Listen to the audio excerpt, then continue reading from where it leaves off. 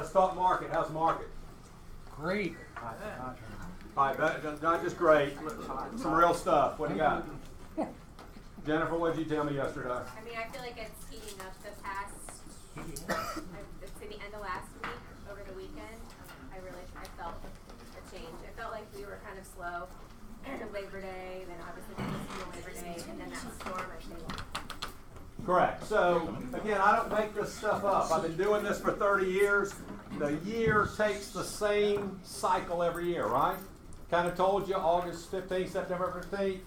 A little bit slower, getting back to school.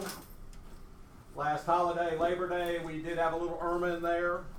I think I've heard a lot of people saying like this week, all of a sudden it feels busier, right? What did the Fed do last week? Nothing. Okay, good news for us. I think this just pushes out this expansion even further. Okay? Again, until rates start rising, and in my opinion, until they go to 5.5, 5 3/4, which is a 1.5 from now, this is all as good as it's been. Stock market's highs, people have money confident, interest rates, historic lows, affordability, land on top in the country in jobs. It's an amazing market, okay? I mean, we're watching closely, right? There's areas that are starting to see some changes, but overall, it's going to be very good. And remember, rates rising from low to medium is our best market, okay? That hadn't even started yet. So in my opinion, I think we still have 1.5 years, 2 years of this great market, and that's actually starting the minute that rates start rising, which they haven't even done yet. Better news, Jay Mayer just brought this today. So this is actually predicting 2018, all sales up. Freddie Mac, Fannie Mae, up. Good news.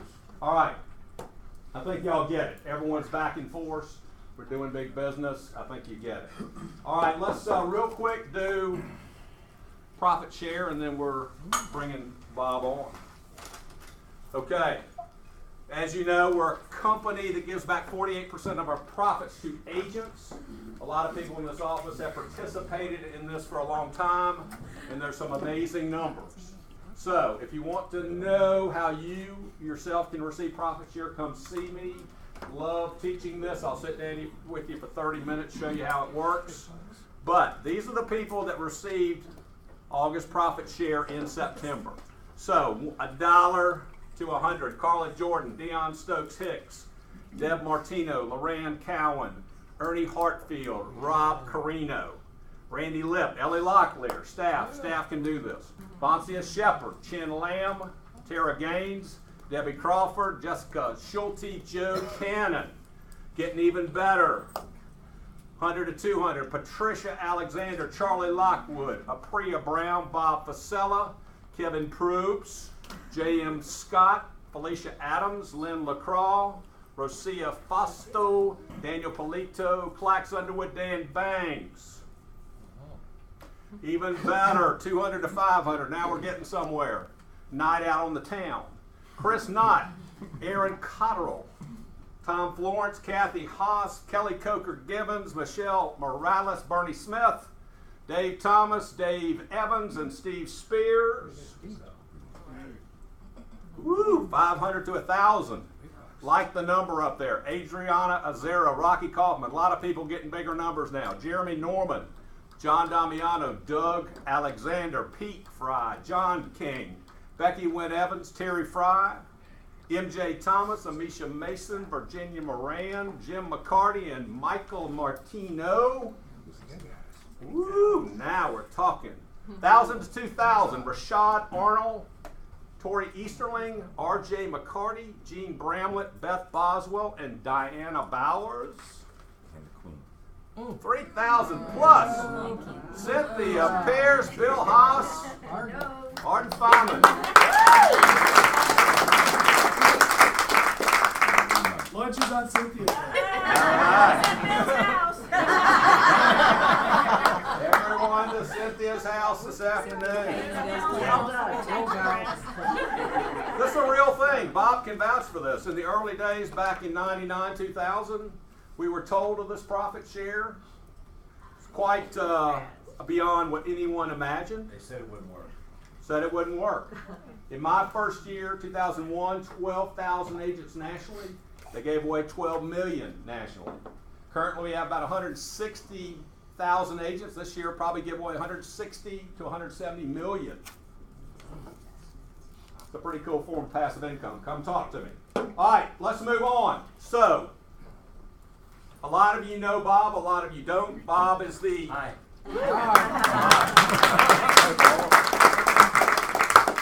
Bob and Kay started this region in 98 or 99?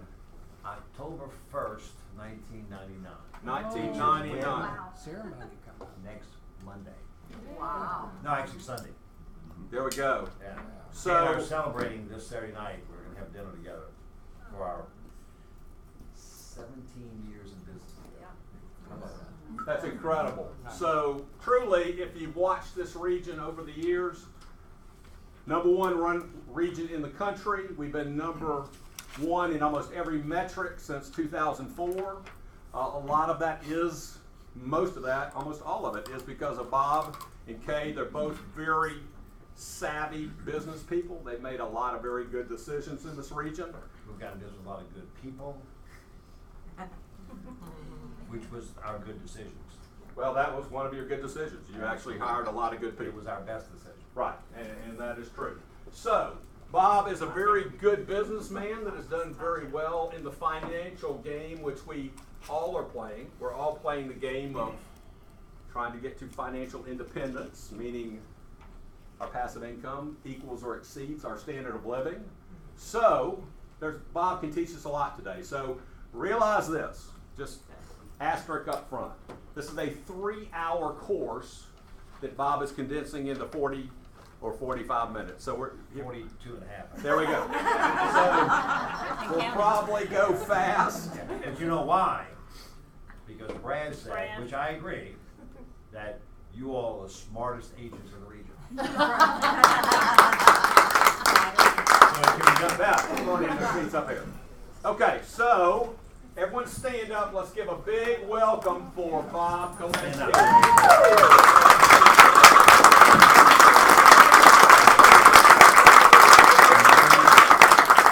Is it my turn now? Yep. You do. All right, thanks. You know, since you're all the smartest agents in the region, Brad said he'd spend 30 minutes with you on profit sharing. I'm going to spend 30 seconds with you. Recruit agents to your downline. That's how it works. Now, what would you like to know for something else? Because that's the simple thing. I want you to know something. I'm working on it. You working on it? Yeah. There you Yeah, you got it. Brought my sunglasses with me. One last thing, Bob. Yes. Thank you, Kathy Hahn, who has brought breakfast for us. She's with Inspiring Interiors. Kathy's over here. So thank you, Kathy. All yours, Bob. All right. We have 4 seats up front. Nobody should be standing in the back. Besides, I can't talk that loud. So come on up. Bill. Come on, Billy. Come on, Matt. Come on up. Come on. You good? Come on. Come on up. I should be the only one standing. Come on, Matt. If I'm not, I get a complex.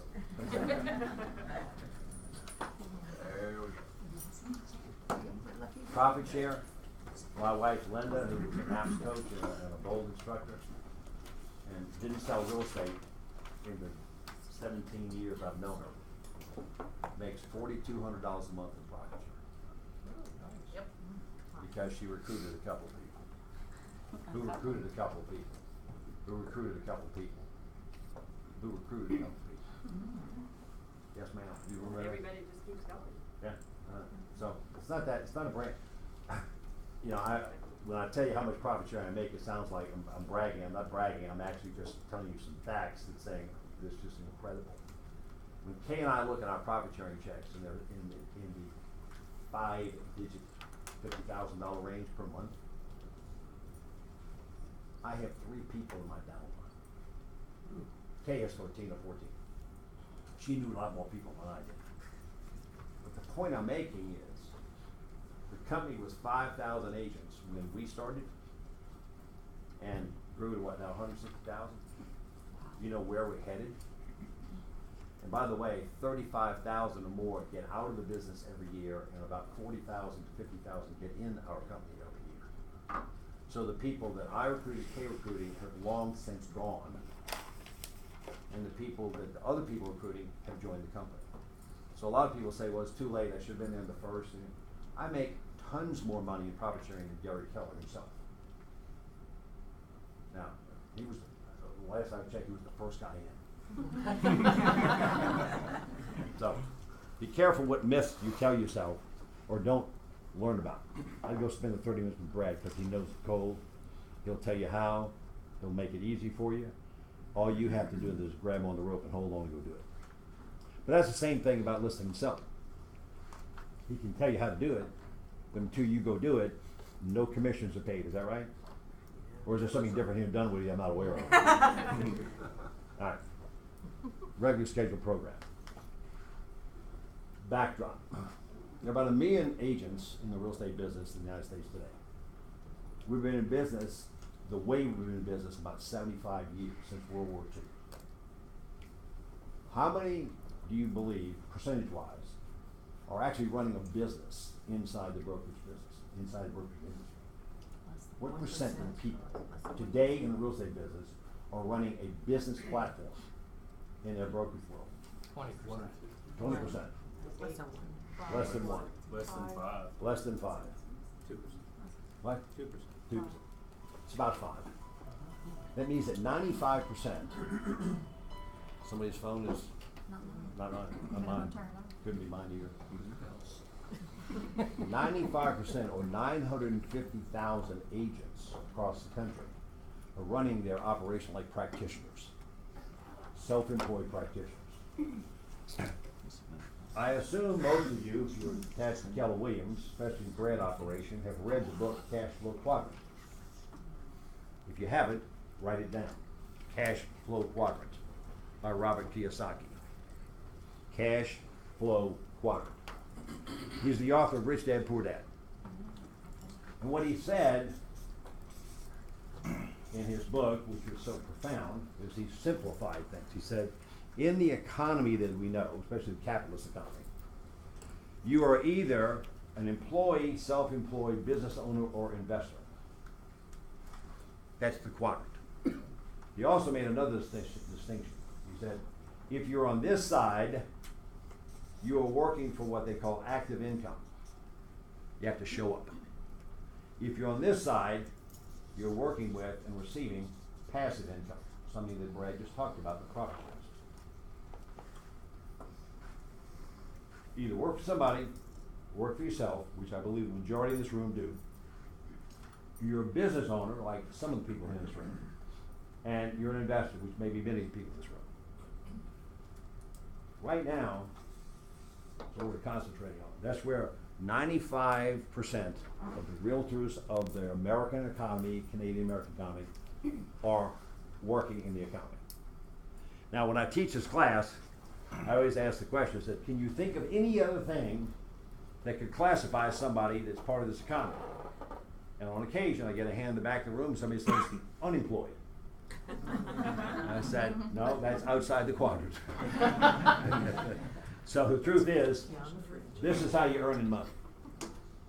Now, in our system of unemployment, you might get some money. If you're not earning it, you're being given to it. The sad part is that after 75 years, 70 some odd years since World War II, 95% of the realtors in our world are operating right here in the self-employed practitioner. Only 5% are running their business really like a business. Now, when I say that, I'm not trying to diss anybody that's running their operational very well, making good money, and I know a lot of great agents across the United States, mainly in the Southeast, that fall here, they're making good money, they're doing good things. So it's not an attack on them, it's just saying that it's a platform change that makes big differences in lives, not only professionally, but also personally, but mainly professionally I'm talking about. There is a methodology from going from here to here. It's been researched, it's been proven, and it happens to be independent of the real estate business. It has to do with anyone anyone operating a business. And there's basically what they call 10 indicators. That 10? Good. And what I'm going to try and do in the next 30 some odd minutes is tell you what these are, and maybe one day we'll teach the full class and tell you how to get there. At least I'm going to let you be aware of it, okay? The first and foremost thing is what I call mindset. It actually falls here. There's a difference in mindset between a self-employed person and a business owner. It is, you can see it. You can't really measure it, but you can feel it, you can watch it. People who think like business owners. It's kind of like worker bees and entrepreneurs. They have different mindsets. Guys and girls, different mindsets. Mothers and fathers, different mindsets. Okay? Environmental issues, environment meaning how you're brought up, different mindsets. The mindset of a salesperson, individual, is different and operates differently than the mindset of a business owner that thinks differently from a perspective of not global, it's not like international, it's just larger thinking in terms of moving parts. This tends to be a little confined. This tends to be a little wide. Some of these people have broadened. Some of these people have gotten too narrow, and you find it in the way they operate their business. But for the sake of today's class, the abbreviated version, let's just take the fact there's a mindset difference. One of the things that I tell people is there's 3 basic ways of changing your mindset from a self-employed person to a business owner. And they are reading business or mindset books. Think and Grow Rich, one of the best. Cash Flow Quadrant, a very good one. The One Thing by Gary Keller, an incredible book for that. Number 2, go take classes on business mindset. Entrepreneurial classes, KSU has it, Terry School has it, Clayton State has it, it's all around you. You have a wealth of education in this city. 40 to 50 colleges that I know of, 20 or 30 of them teach business mindset courses. But folks, you have to get out of your zip code. You got to go get it. It's not going to come to you. Nobody's going to call you and say, hey, would you like to have a business mindset course?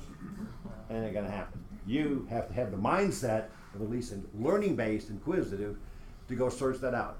I'm not talking about accounting classes, financial classes, operations management classes. I'm talking about classes on how business people think. But the third and most important way to get a business mindset is hanging out with successful business people. And they're all around Dunwoody. The dry cleaners that has 5 locations. The plumber that has 17 trucks. The retail store that has 4 outlets. The restaurant that has 5 locations. You hang out with the people who run, start, operate, expand that operation, and you're going to find how they think. And that is actually the fertile ground for this to grow and stick. And the big thing I talk about is, unless you have a mindset in the right format, you cannot make a valid commitment. If you can't make a valid commitment, you can't properly focus. If you can't properly focus, you can't take the right action. And if you don't take the right action, you don't get the right results. Where does it start? Mindset. And if I sat with any one of you individually, and we talked back and forth for a while, we'd find out very quickly, when your mindset was correct, the outcome turned out a little different than when the mindset was blurry or uncommitted or uninformed, but you still tried stuff and didn't work. You said, well, I don't know why it didn't work.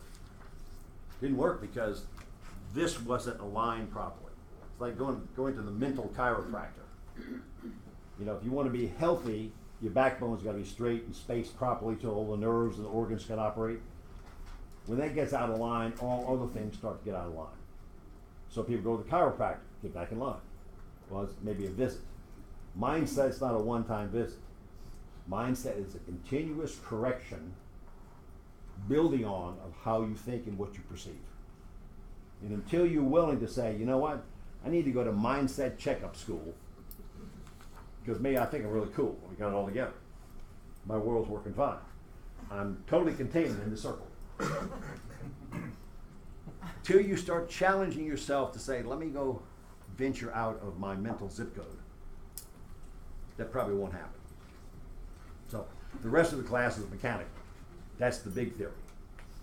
Number one on the hit parade is, once the mindset's right, you should incorporate your business. How many of you are incorporated? How many of you are not incorporated? That's the real question. Come on, honest answers. Who's not incorporated? Get incorporated. It's too easy. LegalZoom.com, IRS.gov, the local bank, a CPA, a lawyer, all those vehicles. Ernie DeRico, who comes along with my class, has a company in town called the Corporation Company. And he incorporates agents and does all the background work necessary for like $149. Because a lot of people say, I don't incorporate because I don't make enough money. Well, that might be because of the mindset, not because of the incorporation. I think it's too complicated. Matter of perspective. I think mowing the grass is complicated. That's why I stay away from it. Number three, I think is costly. What's costing you is the advantages you're not taking advantage of. That's what's costly. But that's a CPA discussion. Number two, once you incorporate, you have to capitalize. Capitalize. You may know what capitalize is? Fund. Who said it? Yeah. You fund it, which means you put gas in the tank of the car you're going to drive. And the real estate industry is horrible about that. In fact, I apologize. For 25 years, I've sat in a seat, kind of like Brad, but it was in New Orleans. And when I bring new agents on board, I tell them they have to have money to live on, 3 to 6 months of savings in the bank, so when the checks started coming in, they would still be able to pay the bills before the checks came in. But I never talked to them about how to capitalize their business. I was always talking about how to capitalize themselves.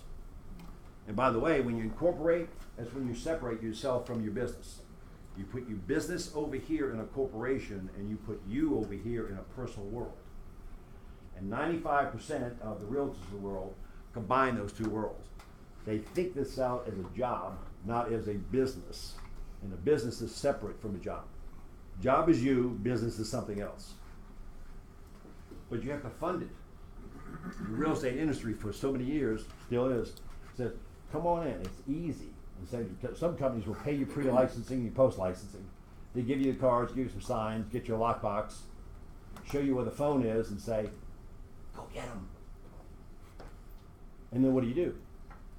Anything you have to expense comes out of the pocket that the mortgage or the rent comes out of. Because you're running your business out of yourself, as opposed to running your business out of an entity, which is capitalized and funded differently from your personal world. Mortgages and food and basics, personal world, marketing, training, resources, assistance, business world. Both require funding. And a lot of people say, I don't have money for both.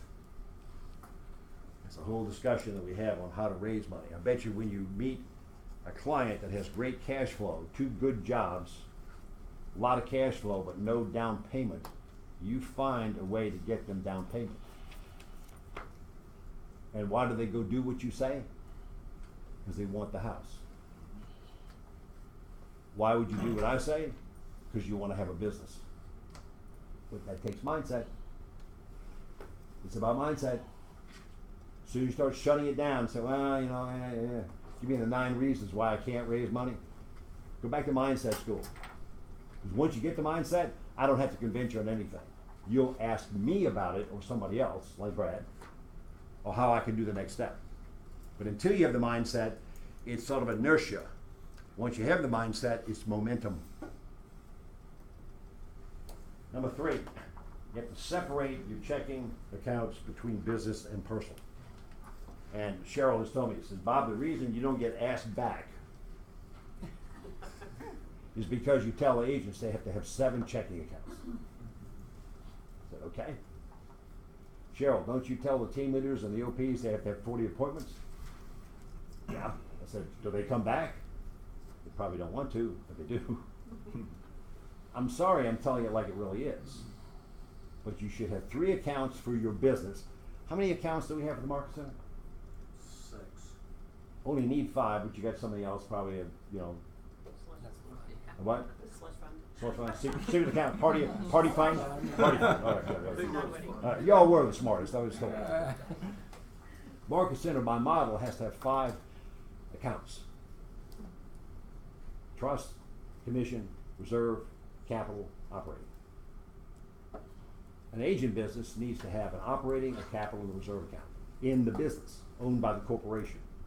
An individual needs to have a tax account, an operating account, a savings account, and a reserve account. For the person, total 7. Well, I happen to have 15. I have personally 15 accounts. Between my regions and my personal world, I have 15 accounts. The good news is I don't reconcile one of them because mindset says that's what you delegate. I don't want to do that. You want to do that? I don't even mow the grass. Why would I want to do that?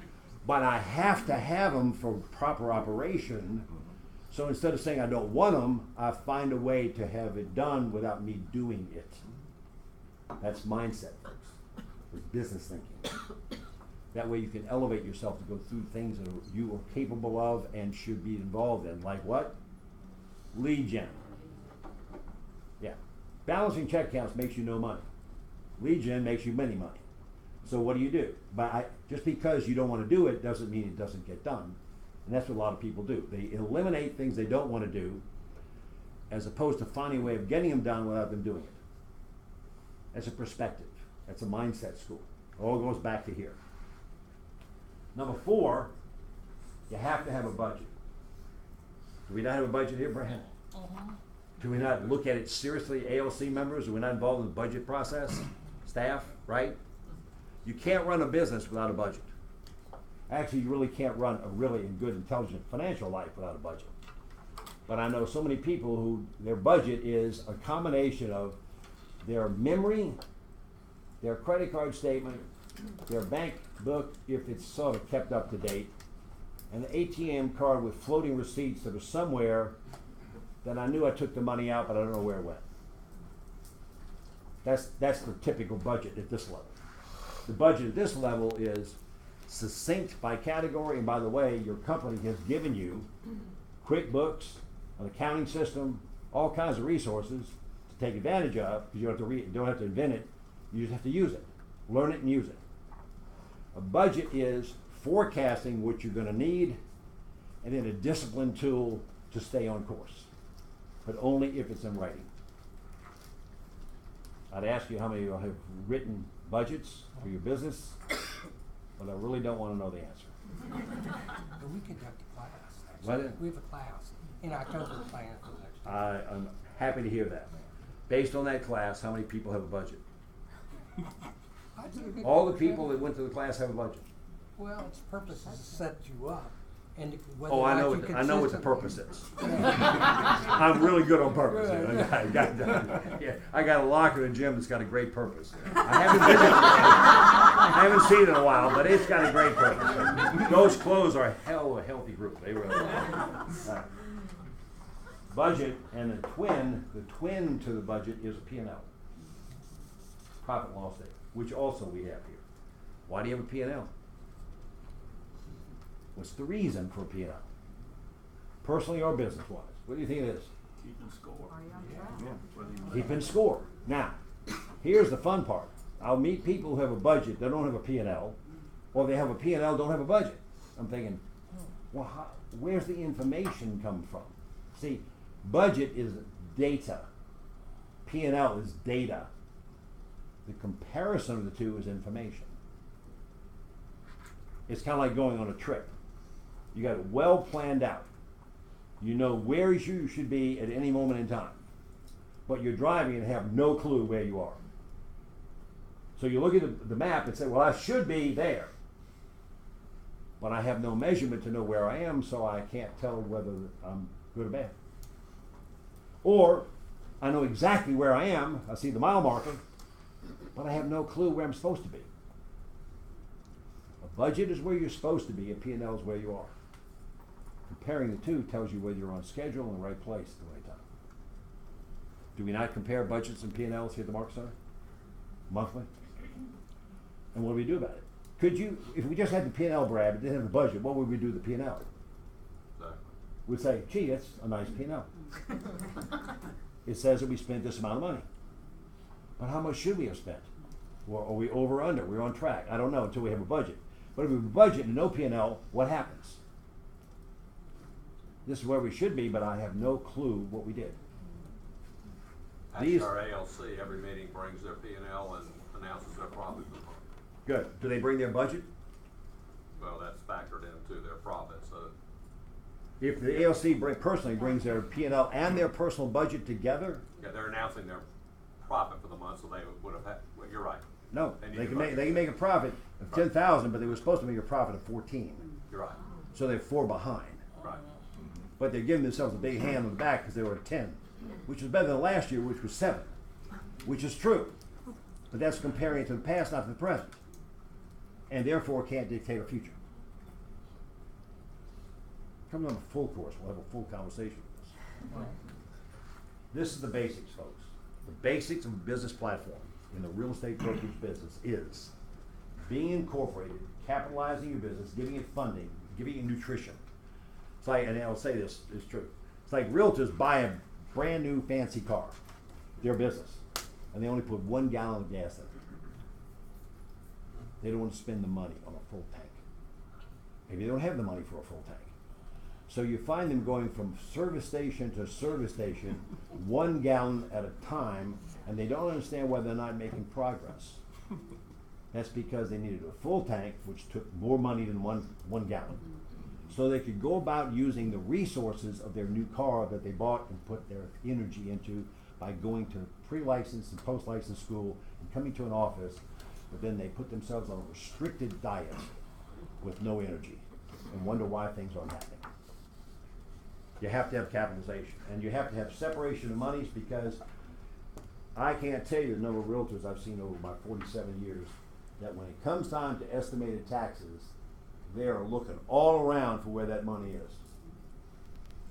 Whereas the people who follow the system have a tax account and they deposit it via every check, their percentage of what they're gonna have to pay Uncle Sam, and they put it in this account, never to be touched until it's time to go in. And then it's not about it. And then we eliminate some ATM cards, because ATM cards, once you take money out of that machine, it is gone. I watched my kids in college. Fun watching Steve, Kenny, and Alan in college. Damn, ran out of money. I said, well, tell me where it all went. Well, it came out of the machine. I said, I know where it came from, Steve. Where'd it go? I don't know. So you don't have a record of it. How many of you all, when you pay cash for stuff, actually write down something in a log that says I paid cash, or get a cash receipt? Hardly anybody these days. Okay.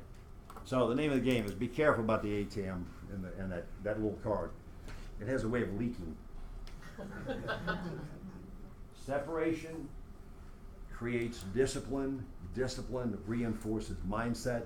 Mindset reinforces commitment, focus, action, and best result. It's a way of doing things. Budget, planning, P&L, understanding what happened. Comparing the two is management information, and you can do something about it. So, once we've gone to the undergraduate school and gotten our BS in real estate, from a business perspective, how do we get an advanced degree? How do we get an MBA, which I call the Master Business Agent? Number one, we start working on a business plan. Now that we have the platform, we're going to grow the business. We're going to think like a business person. We're going to get into business planning. And that, by the way, is nebulous, blurry. It's kind of like bagging smoke. It's hard to get around, except for one specific type of event. A plan that is absolutely the most perfect plan on earth, that all of us have participated one time in our life. Do you know what that plan might be? vacation plan. It is specific. Where are we going, when we're going, who's going, what we're bringing, how much it's going to cost, how we're going to get there, what are we doing to get there. All these things are covered. We look towards it, we plan for it, we double check it, we execute it. But our business, which happens to fund a vacation, I really can't tell you what the plan is here. I'm just going to do more what I did last time. Okay, good. How about this? Play a game with yourselves. Make your business your vacation and make your vacation your business. Go on vacation the way you would plan your business and see what happens next time. You won't ever do that again. But most people will do it year after year after year. Now they'll go to business planning classes. Yes, they will. And they will take notes. Yes, they will. And then it's back to business as usual. And if they got 3 hours out of it, that's even better. Now, I talk this way because I've earned the right to. And Cynthia knows this. I can afford to be a little cynical. Just had 75 years old last weekend. Celebrated my birthday on Saturday and my wedding anniversary on Sunday. Linda is a very smart girl. First of all, she married me. Secondly, she made it so I'll never forget our anniversary. Point is, I've been in business 47 years, folks. And I've watched people, and I just have to tell it like it is. So if I offend you in any way, it's your fault. I'm just trying to, and Brad knows this, and Cindy knows this, and Billy knows this too. My job now that I'm retired is to irritate and agitate you to higher success. And if you walk out of here saying, I don't like this style, I don't care. But if you got something out of it, that one thought that says, I'm going to go do this, and it changes something in your life, in your profession, you're welcome. Because I got it from people like Brad and Bill and Cynthia over the years to bring it to you. This is not my invention. I just put it together out of all the pieces that I've seen and heard in the research and the people who've been successful.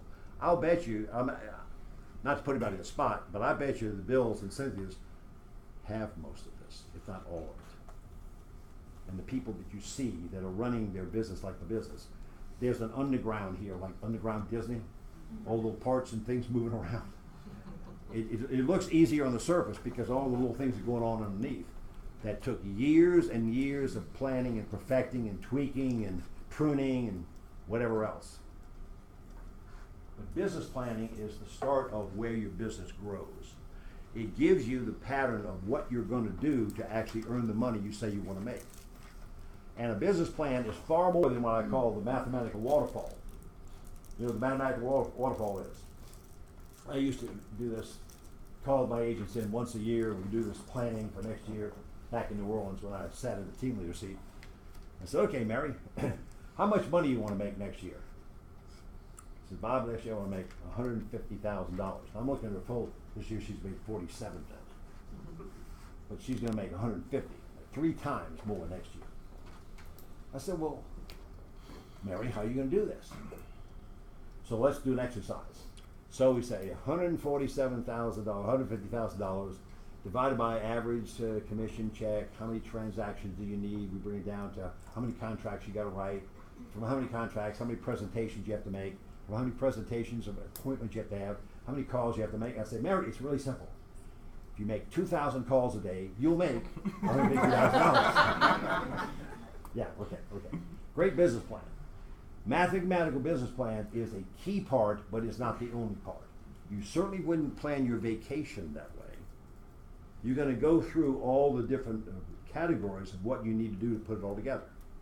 The resources you need, the training you need, the marketing you're going to do, the targeting you do, the staff you're going to need. A lot of things all go into the business plan. But without this building was probably built after an architect put a plan together that said to the builder, this is how you build the building. I don't think the builder just showed up with a concrete truck one day and said, I'm going to build the terraces. Probably an architect spent months designing the building, all parts of it, the structure, the lighting, the plumbing, the electrical, the easements, and zoning codes and side steps, and all the stuff that goes into the building of a building. It was planned before it was built. Realtors want to build without much planning. And that's a mindset. Stop it. Learn how to business plan. Go to the Keller Williams business planning course. Go to business planning courses around your zip code, right here in the same areas I talked about mindset courses. They've got business plans at sba.gov. They're actually pretty good. They get business planning templates for realtors. And if you go to Gary Keller's masterminds and mega camps and conventions, you will rub against people who have done business planning that you can steal from. We call it sharing in our company. And they'll give it to you. But you gotta ask, and you gotta venture out. And then you say, all right. I remember when I made the first application for my office in New Orleans, in Metairie, Louisiana. I called the company and I said, send me a copy of your franchise application already filled out by somebody else, and I'll just take it and with a blank copy make mine look like theirs. Why would I want to reinvent everything? So if you know an agent that seems to be really doing well, probably has a team of 3 to 7 people, I'll bet you 2 to 1 they've got the Riddles of business plan. Why just ask them for a copy? And if it's somebody that's in your same zip code, they will call Nashville, call Birmingham, call Orlando, call Austin. Hell, go to Mega Camp, go to a convention and find out the people who are doing well and go meet them and ask them for their business plan. Come back and, with Brad's help, redesign it for you. I'm Polish, I'm from New Orleans, I'm a Virgo, I'm an IBM, I'm an engineer, and I'm lazy. And that's how I got to where I was, because I tried to say, I'm not good at much of this stuff, but I know who people who are, and I'm good at meeting people. That's what I'll do. Once you have a business plan, you have to have systems. You have to have systems. You cannot put a business plan into effect effectively without systems. It's impossible. I mean, it's like budgeting. If you're doing it in your mind, and Linda and I just got back from Europe, where we celebrated our first anniversary in my 75th birthday. And fortunately, thanks to you all and the good people I'm in business with, I had the money to go first class. So I was sitting in 2B on a Delta Airlines jet, okay? Let me give you 2 scenarios. I'm sitting at Atlanta Hartsfield, gonna fly to Paris, France, right? And about 11 o'clock at night, late flight. And it's in 2B, which I can see in the cockpit. Scenario 1. The guys got their papers out, they're checking buttons, they're talking on the phone. You can tell little guys with orange jerseys or whatever run down the aisle, checking on things and handing papers. And you can tell there's an operational system going on here. How to pull a 767 back from the gate, taxi, and take off.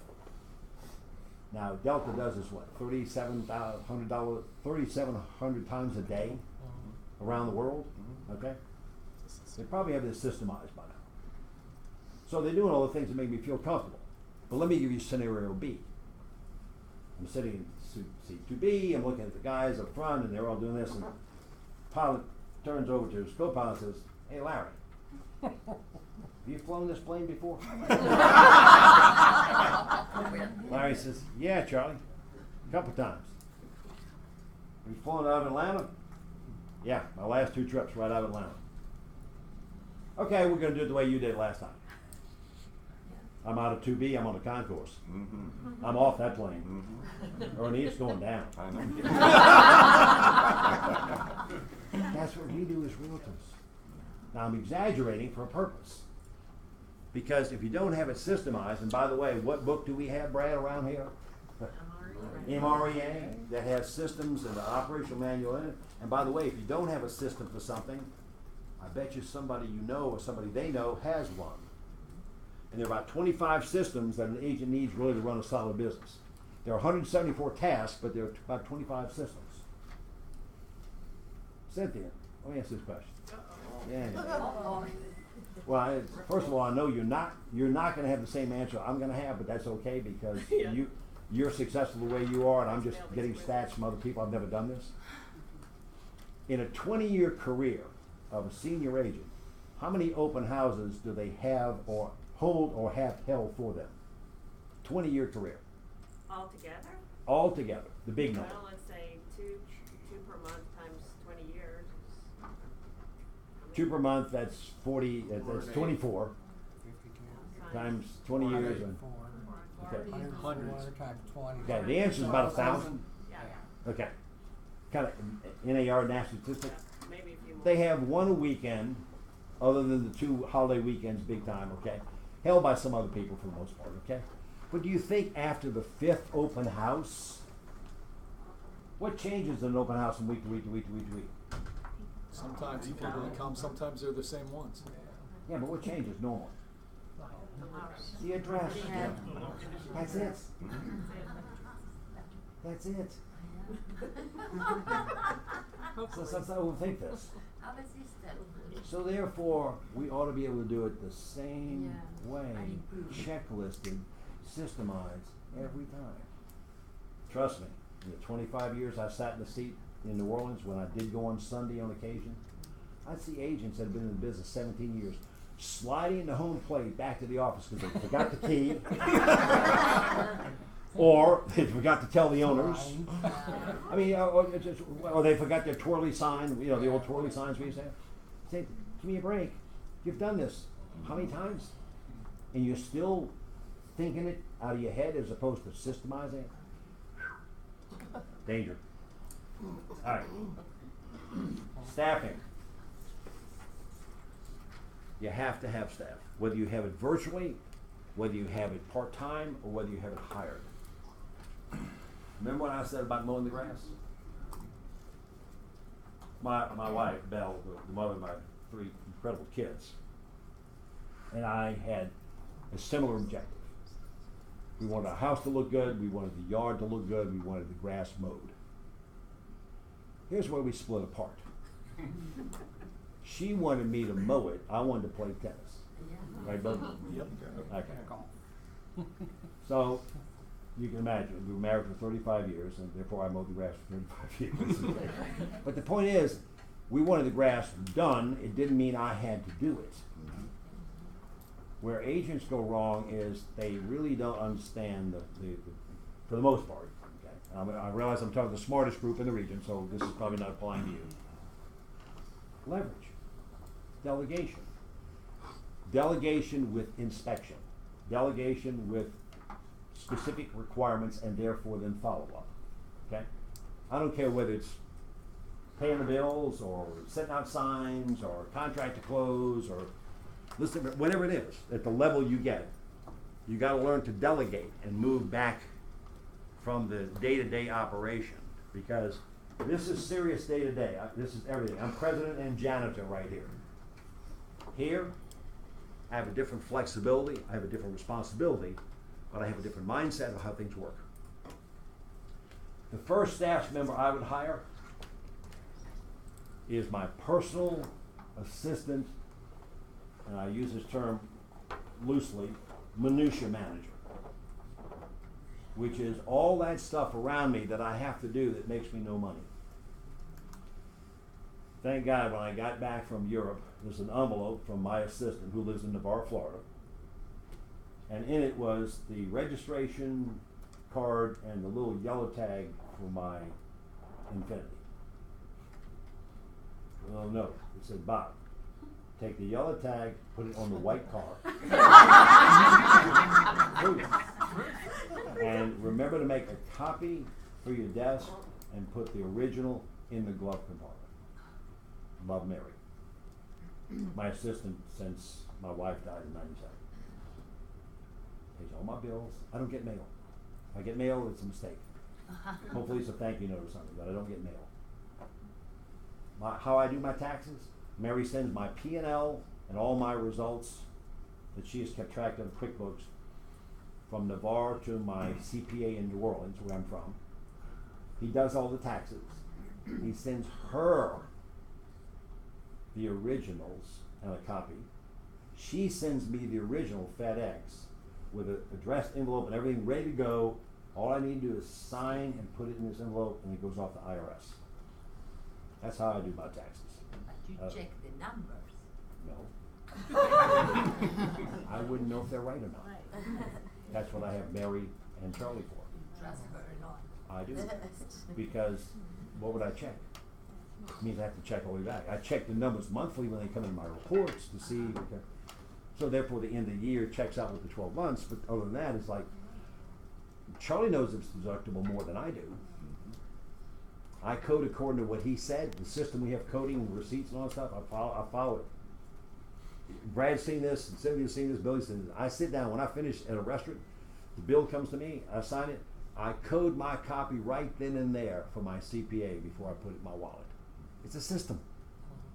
When I forget to do that, it goes awry. But if I do it along the way, according to the system, it goes fine. Staffing is very important. I'm not going to teach you how to staff because MRA has got it all set, and they're revising and doing things and going to all the different classes. They know way more than I do. All I know is this, that you need to get your mindset set and your capitalization right and your lead generation well so that you can staff properly so you can build the business that will take the place of the practice so you can do the things that you want to do, which is increase your wealth, spend more time with loved ones, take care of your body and have recreation and social events, because what you're really working for is to fund your fund. That's what it's all about. You just happen to you chose the real estate profession.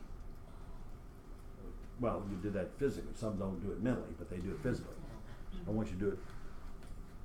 So, the last, because this one is kind of a rhetorical question, but the last is, once you have the business plan, you have the systems, you have the staffing, what I recommend is, and I'll wrap it up with this, a board of directors. Every good business should have a board of directors. Now, this is board of directors for your business, not for you. I always say this is, not you, my class, because it's your incorporated business, of which you work for as the CEO and have staff members. And this business has a business plan. This business has a budget. This business has a P&L. The company that you run has staff. And it has a board of directors.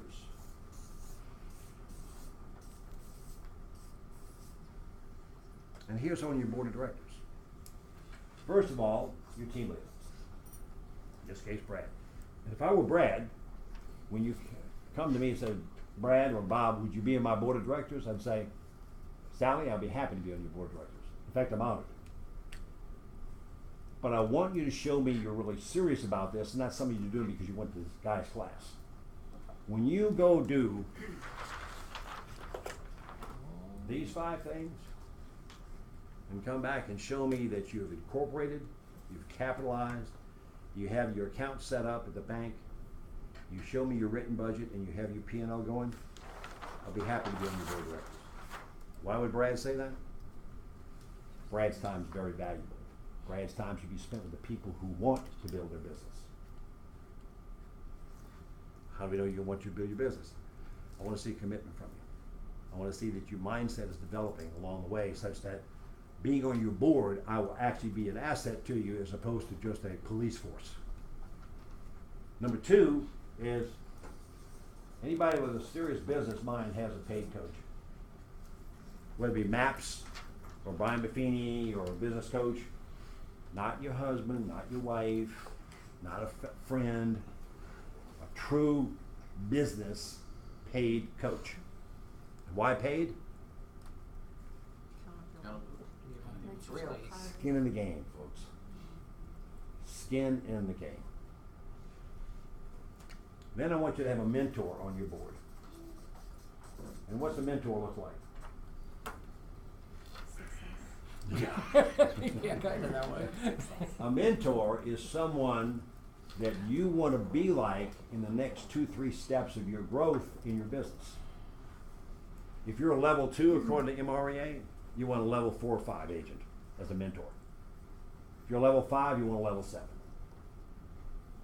If you're a level 7, you want a mega 7.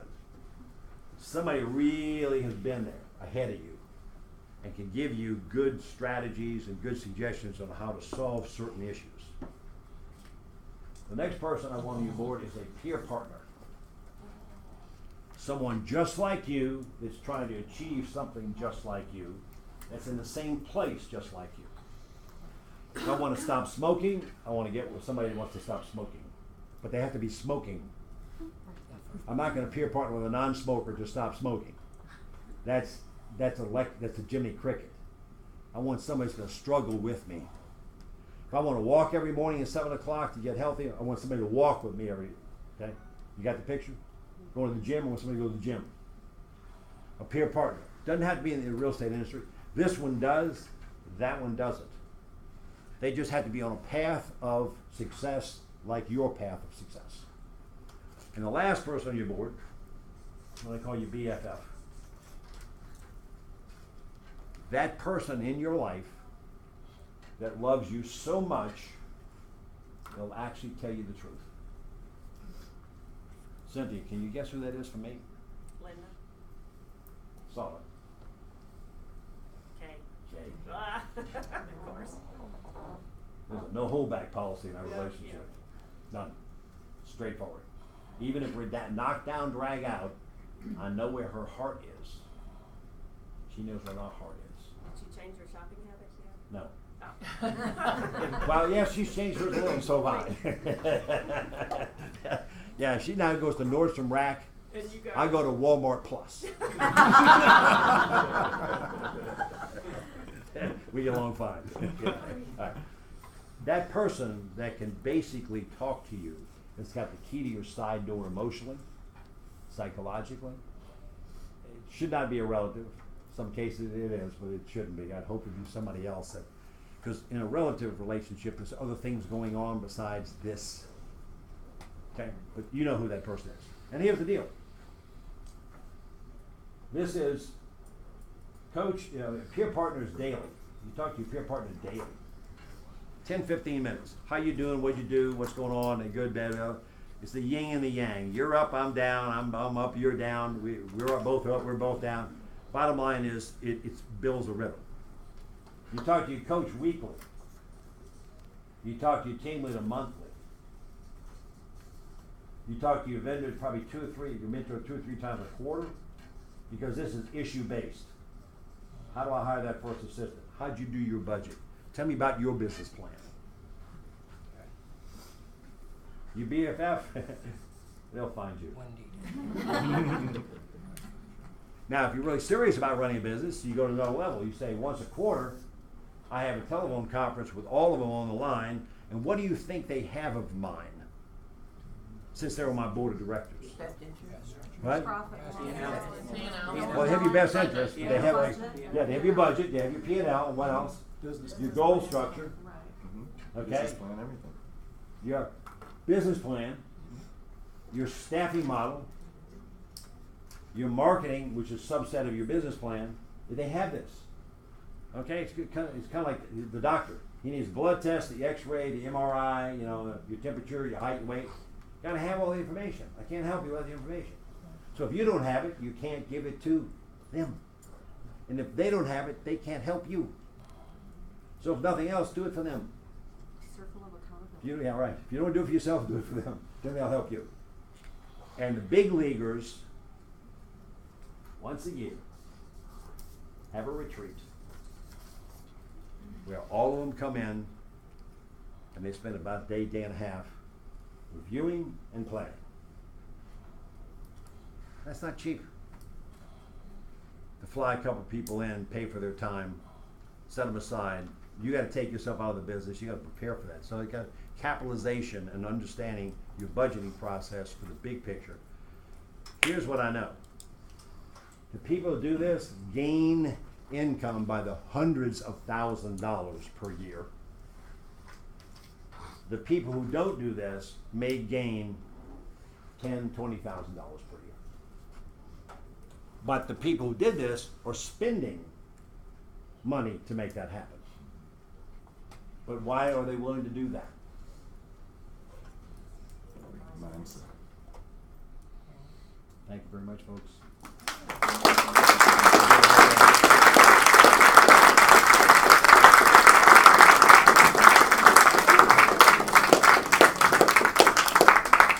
Hang 1 second, we got a few more things to do. Bob, thanks a ton. Great seeing you. Love it. All right, there you have it. And back to this, October 18th. This is what we're doing. Becky and Amisha, business planning. They're great at this. 2 of our top agents. Shouldn't miss this. October 18th, 1 to 3. Listings and caravans, what do you got?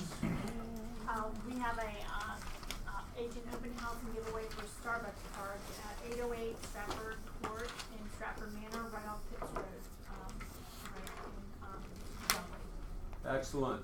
Who else? Hank. Got a listing, just had a price improvement on a 4-bedroom, 2-bath frame, 2-story, 0.4 acre wooded lot inside the perimeter, right off La Vista Road, $350. Good work. Thanks, on a roll.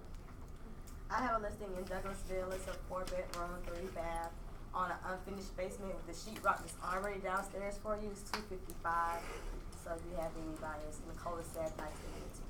Nice listing. Who else? I'm gonna announce this for Marco Rossi. There's a flyer on your table.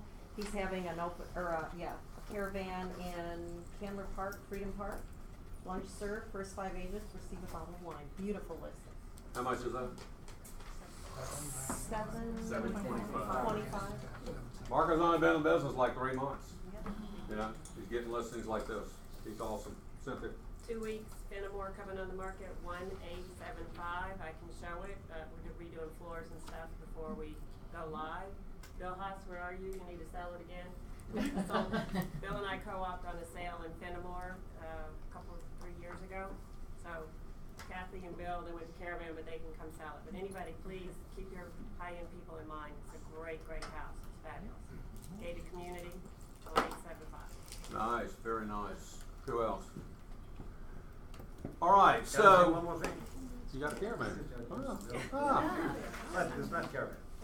I know start. You know, kidding between Brad and I when we said do the short course because you're the smartest people in the region. I wasn't thinking about the smartest people. I was at all, but I will tell you this: you all have one of the best investor groups and one of the best team leaders and staff that most market centers don't have around the country. You're lucky. You're fortunate. You're blessed. You have incredible resources.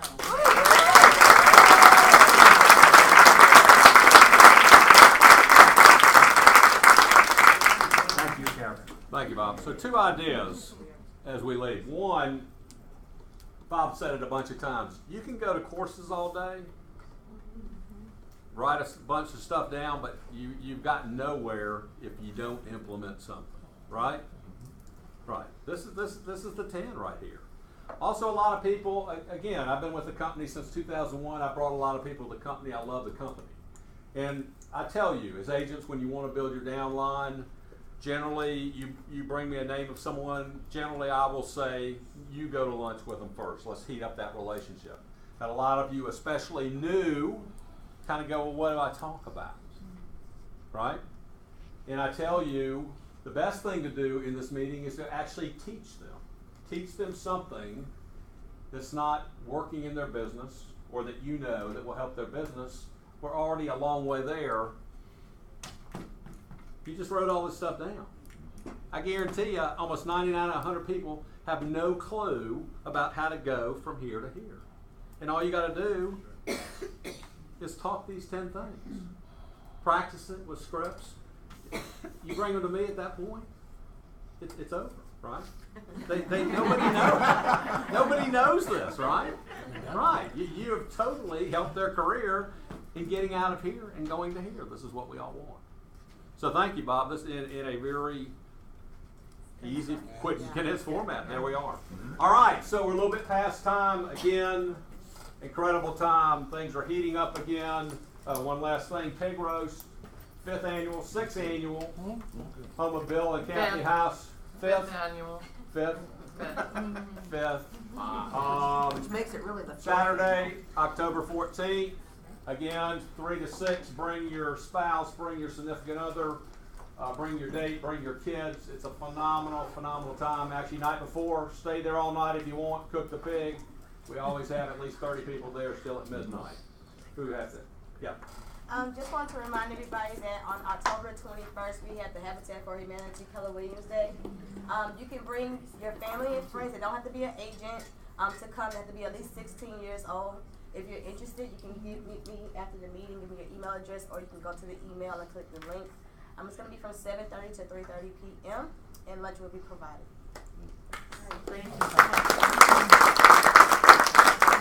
Okay. Thank you, Bob. Y'all have a good one. Thank you.